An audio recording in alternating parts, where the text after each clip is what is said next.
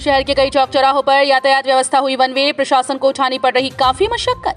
भागलपुर शहर के Sandis compound के चारों तरफ वन वे लागू किया गया, जिसको लेकर कल से ही ट्रैफिक पुलिस के द्वारा आम लोगों के साथ साथ शहर के नामकिन लोगों को भी ट्रैफिक रूल लागू करने को लेकर लगातार आग्रह किया जा रहा है। तिलका मांझी चौक से पुलिस लाइन होते हुए कचहरी चौक तक आने का रास्ता है, जबकि कचहरी से तिलका मांझी जाने के लिए मेडिकल कॉलेज होते हुए जाने की व्यवस्था की गई है। वहीं कई लोग नई व्यवस्था से अनभिज्ञ हैं और लगातार ट्रैफिक पुलिस से पुरानी व्यवस्था के तहत ही जाने की कोशिश करते नजर आते हैं, जिस पर पुलिस वालों की ओर से समझा बुझाकर उन्हें नई व्यवस्था को समझाया जा रहा है। वहीं शहर के मेयर भी वन वे नियम का उल्लंघन करते हुए जब आगे बढ़ने की कोशिश की, तब एक ट्रैफिक पुलिस ने हाथ जोड़कर उन्हें ट्रैफिक नियम का पालन करने का आग्रह किया, जिसके बाद में अभी अपनी गाड़ी घुमाकर चली गई। वहीं नई ट्रैफिक व्यवस्था को लेकर ट्रैफिक डीएसपी प्रकाश कुमार लगातार मॉनिटरिंग कर रहे हैं। वहीं सैंडिस के चारों बगल वन वे करने के बाद अब नाथनगर और गुरहट्टा चौक को भी जाम से निजात दिलाने के लिए व्यवस्था करने के बाद डीएसपी कह रही हैं।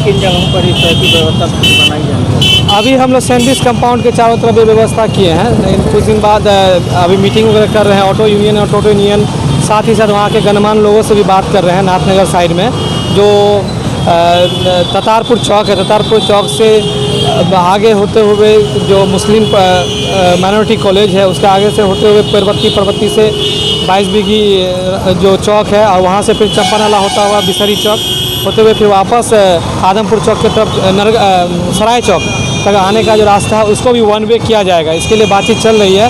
उम्मीद है कि इधर जब लाइनअप हो जाएगा, जो पिछले 2 दिन से चल रहा है और आज लोगों का भी फीडबैक आया है जो अच्छा बता रहे हैं, इसी तरह का जो सिस्टम है हम लोग उस साइड भी चालू करेंगे। दक्षिणी क्षेत्र में भी जाम को लेकर गुरहट्टा चौक कुछ स्थानों को हम लोग चिन्हित किए हैं जहाँ पर जाम को लेकर परेशानी आ रही है। एक तो ये सैंडिस कंपाउंड के चारों तरफ था तो उसको हम लोग किए हैं। दूसरा, नाथनगर इलाके में बहुत जाम रहती है, कारण रहता है कि काफ़ी नैरो रोड्स है और उस समय रश आवर रहता है, तो दोनों तरफ से गाड़ियाँ आने से काफ़ी जाम लग जाती है। इसलिए हम उस इलाके में वन वे रोड करेंगे तो वो कुछ सुधार आएगा। इसके अलावा गुरहट्टा चौक जो है वहाँ थोड़ा जाम से जूझता रहता है, तो उस इलाके में भी हम लोग करेंगे। भागलपुर में अवैध बालू खनन पर अब डीआईजी लगाएंगे रोक, नहीं होने देंगे बालू के अवैध कारोबार। भागलपुर के जगदीशपुर थाना क्षेत्र व हबीबपुर थाना क्षेत्र में लगातार हो रहे बालू के अवैध खनन पर भागलपुर प्रक्षेत्र के डीआईजी विवेकानंद ने कहा कि लगातार हो रहे बालू के अवैध कारोबार और ढुलाई पर अब कार्रवाई होगी।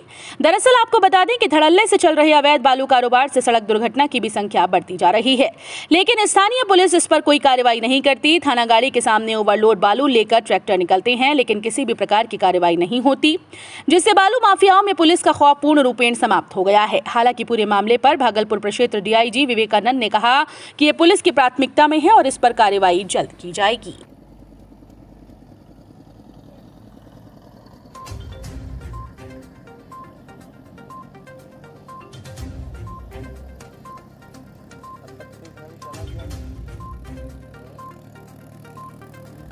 लगातार देख रहे हैं कि अवैध तरीके से जो है बालू जा रहा है ट्रैक्टरों पर, जो है इसकी रोकथाम के लिए क्या प्रयास किया जा रहा है? अवैध बालू खनन सरकार की प्राथमिकता, अवैध बालू खनन को रोकना हमारी प्राथमिकताओं में से है और इस पे जहाँ से खनन हो रहा है या इसका ढुलाई जो हो रही है, इस पे सभी विभाग को समन्वय बनाकर कार्रवाई करने की आवश्यकता है। हम लोग इसमें जो है जिला प्रशासन से भी मिल करके काम करें और DTO, माइनिंग अफसर सभी को इन्वॉल्व करके चला करके इस पर और गंभीरतापूर्वक काम किया जाए। ट्रैफिक को कैसे सुगम बनाएं? भागलपुर के सैंडिस कंपाउंड वॉलीबॉल स्टेडियम में विश्व आर्ट ऑफ गिविंग दिवस पर पूर्वी बिहार के 29 क्लब्स के बीच बांटी गई खेल सामग्री। चलो कुछ दिया जाए, नया कुछ किया जाए। वॉलीबॉल फेडरेशन ऑफ इंडिया के प्रेसिडेंट डॉक्टर अच्युत सामंत की टैगलाइन आर्ट ऑफ गिविंग के तहत बिहार के वॉलीबॉल खिलाड़ी को निखारने का प्रयास शुरू किया गया है। 28 और 29 अप्रैल 2022 को राजधानी पटना में स्पोर्ट्स कॉन्क्लेव आयोजित हुआ था। तब डॉक्टर अच्युत साहब ने कहा था कि बिहार के खिलाड़ियों को निखारने के लिए कुछ करने की इच्छा है, उसी संकल्प को अब मूर्त रूप दिया जाने लगा है। शुरुआत भागलपुर से हुई। विश्व आर्ट ऑफ गिविंग दिवस पर पूर्वी बिहार के 29 क्लब्स के बीच खेल सामग्री वितरण किया गया। भागलपुर के सैंडिस कंपाउंड वॉलीबॉल स्टेडियम में आर्ट ऑफ गिविंग दिवस पर डॉक्टर अच्युत सामंत, संस्थापक किटकिस यूनिवर्सिटी, अध्यक्ष वॉलीबॉल फेडरेशन ऑफ इंडिया से सांसद की तरफ से बिहार वॉलीबॉल संघ के पूर्वी बिहार के भागलपुर, मुंगेर, लखीसराय, खगड़िया, बांका एवं पुलिस जिला नौगछिया के 29 क्लब्स को 3 वॉलीबॉल और 1 नेट प्रदान किया गया। फिलहाल बिहार के 100 क्लब्स को खेल सामग्री देने की घोषणा पिछले दिनों की गई थी, जिसकी शुरुआत भागलपुर से हुई है।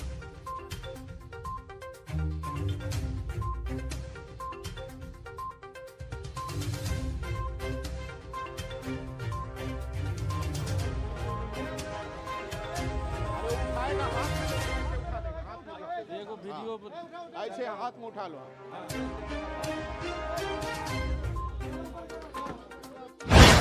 वार्ड सदस्य के पुत्र समेत 3 लोग गंगा में डूबे, हुए तीनों की मौत। भागलपुर सबौर प्रखंड के फतेहपुर पंचायत के वार्ड नंबर 10 की सदस्य बीबी नूरी के पुत्र मोहम्मद शान समेत 2 लोग गंगा में डूब गए। परिजनों ने पुलिस के सहयोग से गंगा में उन लोगों को खोजने का प्रयास किया। वार्ड सदस्य के परिजनों ने बताया कि दोपहर 3 बजे के करीब मोहम्मद शान, मोहम्मद कारे और मोहम्मद सकलू इंजीनियरिंग कॉलेज घाट में नहाने के लिए गए थे। काफी देर तक जब तीनों वापस नहीं आए तो उनकी खोजबीन शुरू हुई। पता चला कि कारे और सकरू के साथ गंगा किनारे गया है। गंगा किनारे पहुंचे तो देखा कि तीनों का कपड़ा नदी के किनारे रखा था। काफी खोजबीन की, लेकिन तीनों का कुछ पता नहीं चल पाया।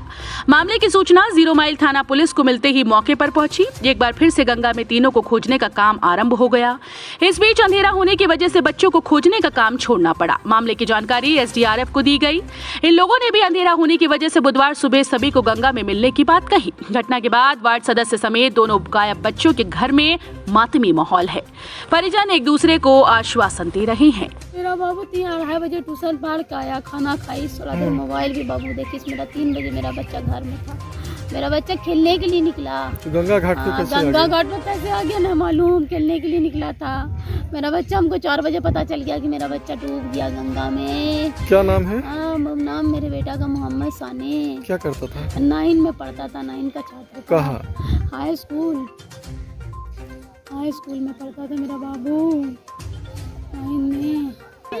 मेरा पैसा जैसा मेरा बेटा, सब मेरा बच्चे का ड्रेस और मेरे बच्चे का बैग। मोटरसाइकिल में साइकिल से भीषण टक्कर होने पर 2 सिपाही सहित 1 युवक गंभीर रूप से घायल।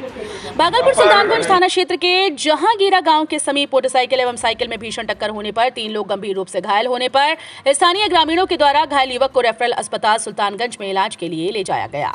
डॉक्टर ने तीनों घायलों का स्थिति देख 2 घायलों को मायागंज रेफर कर दिया। घायल युवक का नाम दिलीप कुमार सिंह है, जो मधेपुरा गाँव के रहने वाले हैं। बांका जिले में सिपाही के पद पर कार्यरत बताई जा रही है। दूसरा घायल युवक योगेंद्र भगत कमरगंज के रहने वाले हैं। वहीं तीसरा युवक मोटरसाइकिल सवार सीताराम प्रसाद सिपाही बांका का बताया जा रहा है।